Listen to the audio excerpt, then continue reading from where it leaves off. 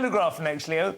And another civil service employee fails to grasp that kill whitey is meant as a critique of the social construct of whiteness, not an actual death threat. So a Ministry of Defence civil servant launched a discrimination claim after a diversity training course featured an academic paper which he claimed attacked white people. And he might have had a point, because the research paper was called The Psychosis of Whiteness. I mean, can you imagine? It's ridiculous. So he sued the government for race discrimination and harassment, and claimed that the way that diversity and inclusion is being implemented with the MoD breaches the Civil Service Code. He says it's, you know, a sort of left-wing Marxist political ideology. But his case has been dismissed. They said he fundamentally misread the meaning of this paper called The Psychosis of Whiteness. I mean, it's called The Psychosis of Whiteness. How can you misread that? Can you imagine if they had it, you know, it was called the criminality of blackness, or the explodingness of Muslimness? It's so racist. Kehinde Andrews, right? He is an extraordinary provocateur. He just reviewed a book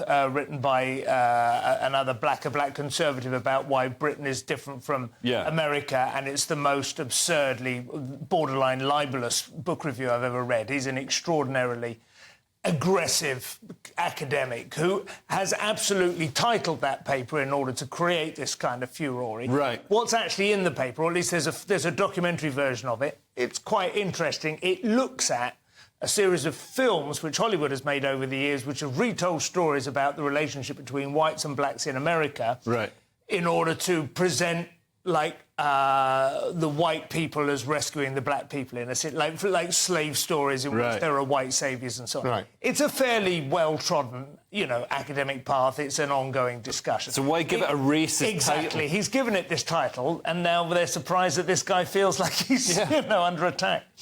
I'm surprised the case was dismissed. I mean, it seems like, you know, he's at least got a point. What do you think, Bruce?